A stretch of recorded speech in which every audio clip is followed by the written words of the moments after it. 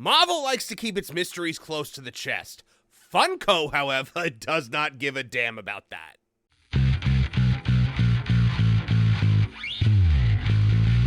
Hello, I'm Marvin, and I'm the Movie Monster.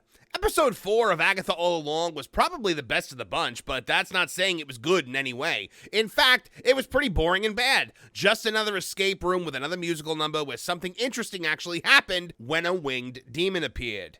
But instead of actually having a battle scene or using magic to defeat it, they overcame the monster with the power of their song. This came after more squeeing about their outfits and a lot of ham-fisted, introspective dialogue where the characters explain their thoughts to you rather than showing you anything through action. Oh, and they confirm that every member of the main cast is at least a little bit gay. Yes, there's stunning bravery all around us, folks, and there's a full 5 whole episodes to go. I wish I was kidding, but alas, I'm not. But that's all par for the course for Marvel on Disney+.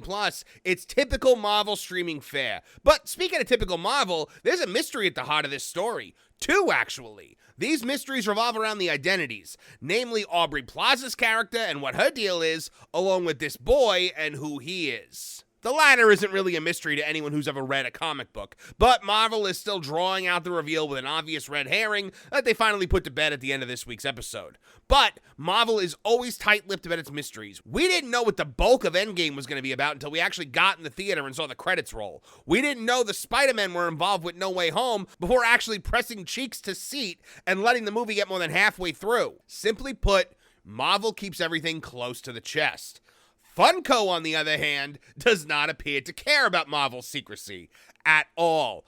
Funko recently released a pop set that spoils both reveals gloriously, and we're going to talk about that today on Tooney Town TV.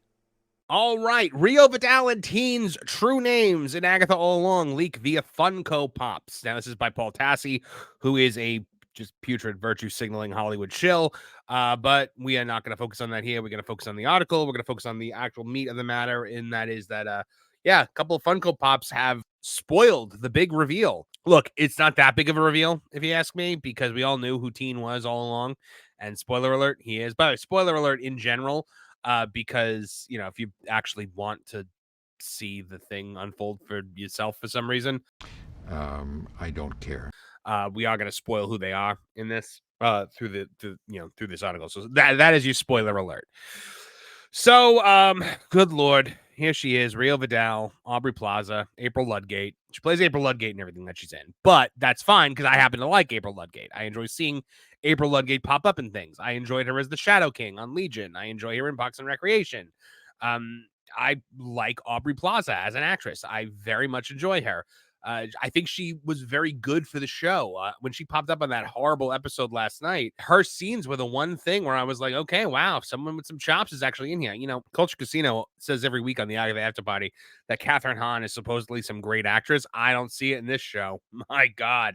She's just chewing the scenery, and she's just a mess in this show. But Aubrey Plaza is bringing it. She has been bringing it. She was more quirky and weird this week than she was the first time she showed up, but I digress. Let's talk about who they might be. So Paul Tassi says, well, this whole post is going to be one big spoiler, and I'm not wild about the fact that I saw it myself, but if you just can't wait to see, and you want to know who 2 of Agatha All Along's mysterious characters really are of all places, Funko Pop appears to have leaked that spoilers follow. Teen's identity is a secret thanks to a glamour that won't let him tell anyone who he really is. The show is hard pushing the idea that he's Agatha's son, Nicholas Scratch, who she traded as a baby for the Darkhold. Yeah, it's really pushing that hard, which is why it's not true, because they're just dangling it like keys in front of a baby's face in the hopes that it throws you off the scent that it's also very obviously Wiccan.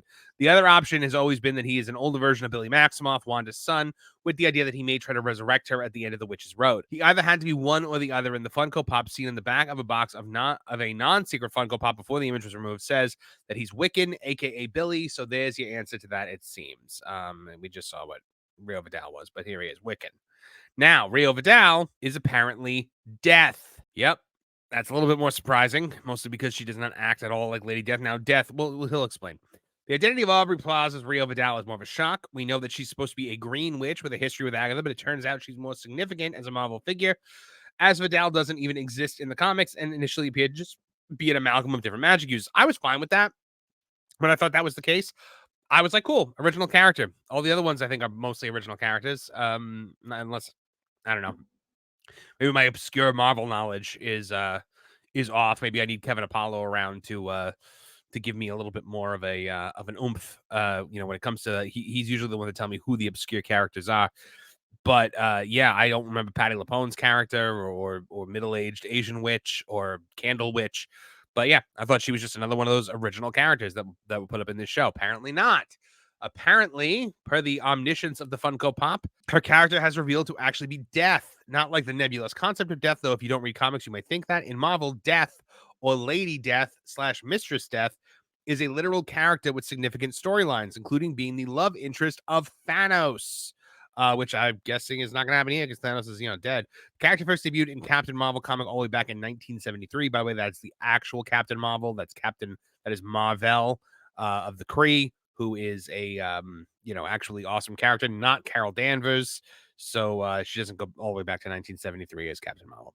So yeah, originally in the Infinity Saga in the comics, Thanos had a very different motivation for killing half the universe and getting the Infinity Gems. It was not because he thought the universe was unbalanced, not because he wanted to make lives better for things. He was just a nihilist, and he was literally in love with the concept of death. He was in love with death literally in the fact that he was in love with Lady Death. And he wanted to kill half the universe as a tribute to her, as a salute to her, as a way to kind of like show his devotion and loyalty to her. So that's where that comes from. I actually really liked that it was more of a principled stance in the MCU and the Infinity Saga because I don't know, I thought it made a lot more sense than him just pining after this silent skeleton lady, which is what Lady Death looked like back then. The traditional theory that Plaza's Vidal is more than one famous Marvel character taking on different forms like Blackheart and others from a long supernatural villain list, but according to this, she's just Death and only Death is what Mistress Death, Lady Death is supposed to look like. So what that would mean for the show in the MCU at large, well, it doesn't seem like she'll be hooking up with Thanos anytime soon. She does not have much overlap with characters like Wanda or Agatha in the comics, but who knows what the MCU has cooked up for her now. I mean, sure, it's possible the Funko Pops are wrong, but it seems unlikely as we've seen so many leaks from toilet things in the past. So, whatever. I figured Team was probably Wiccan, though Vidal being Death was a bit more of a surprise. Either way, I can't wait to see how they reveal that. I can, because it's going to be hacky and stupid, much like the rest of the show is just hacky and stupid. This show is just empty garbage. It's crap. I mean, it's not as crap as things like the Marvels or the Eternals or Secret Invasion. It's better than those things, better than Falcon and Winter Soldier, better than She-Hulk, but not by much. It has its moments, but then it has its moments. I don't love Aubrey Plaza being Death. She doesn't act anything like Death. Death is not a kooky lesbian. So, yeah, I don't know. I don't love it. I don't love it at all. Much like I don't love this show.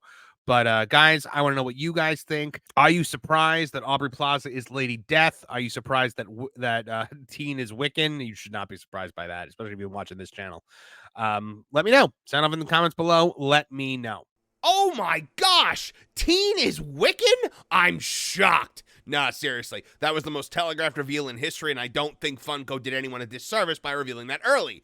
Anyone with half a brain and any knowledge of the Young Avengers lineup knows who this boy is. Now, Aubrey Plaza being Lady Death actually did surprise me, and not in a good way. Lady Death isn't supposed to be a smarmy weirdo lesbian. She's a stoic, silent figure. Sometimes she's even got a skull for a head.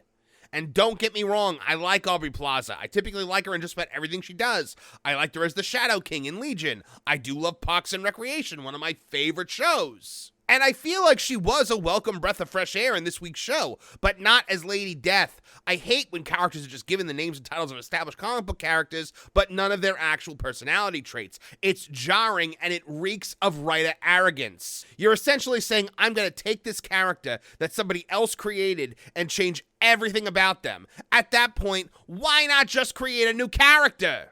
Answer: because Marvel and modern Hollywood writers in general are utterly, creatively bankrupt. And when it comes to Agatha, they're more concerned with telling stories for 45-year-old wine-soaked cat ladies and injecting it with as much gender as humanly possible than they are with telling an actual good story. So I guess just act surprised when the big reveal happens. Otherwise, you'd hurt Jack Schaefer's feelings, and we don't want that now, do we? Thanks for joining us today, and a special thanks to our Tooneytown TV channel members. You guys receive special early access to content and exclusive content, like our weekly members-only live stream on Fridays at 2 p.m. So if you're not a Tooneytown TV channel member, then I hope you'll come join us today. And I hope you'll all join us Thursday nights at 8 p.m. EST for Tooney Talk TV, our live stream pop culture podcast where you can interact with me directly and make your voices heard as a part of the Tooneytown community. If you liked what you saw here today, please like, share, and subscribe. Click the bell icon to get notified of new videos as they drop. From all of us here at the Tooneytown channels, I'm Marvin the Movie Monster.